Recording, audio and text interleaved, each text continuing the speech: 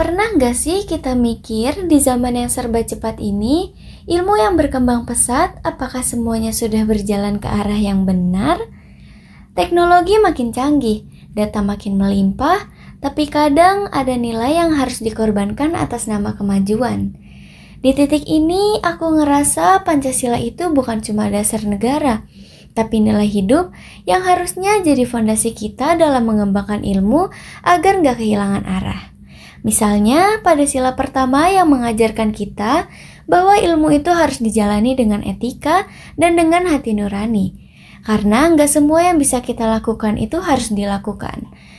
Nah, sila kedua dan ketiga ngingetin kita bahwa tujuan akhir dari ilmu adalah manusia.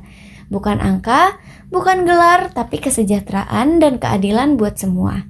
Lalu sila keempat dan kelima ngajarin pentingnya berdialog, keterbukaan, dan pemerataan hasil ilmu, supaya kemajuannya bisa dirasakan oleh semua orang, bukan hanya segelintir orang aja. Namun sayangnya realita nggak seindah yang kita harapkan.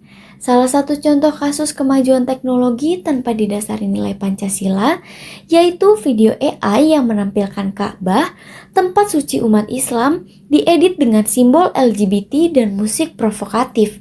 Itu jelas bentuk pelecehan agama, dan bukan hanya terhadap agama, tapi juga terhadap nilai dan rasa hormat sebagai manusia.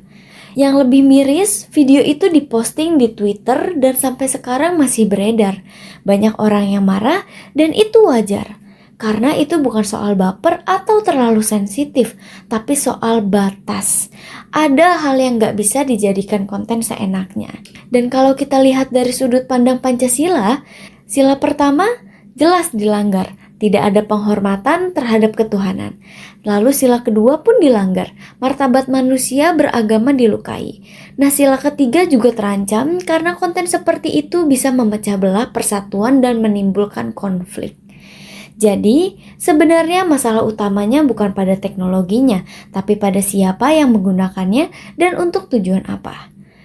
Ilmu tanpa arah moral bisa jauh lebih berbahaya dari ketidaktahuan. Sebagai mahasiswa, kita nggak bisa hanya fokus pada aspek teknis. Kita juga punya tanggung jawab untuk memastikan nilai-nilai yang mendasarinya tetap dijaga. Kita harus berani berbicara jika ada yang sudah melewati batas.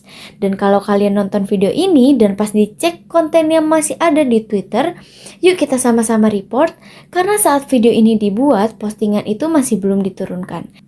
Karena kalau bukan kita yang bertindak, siapa lagi?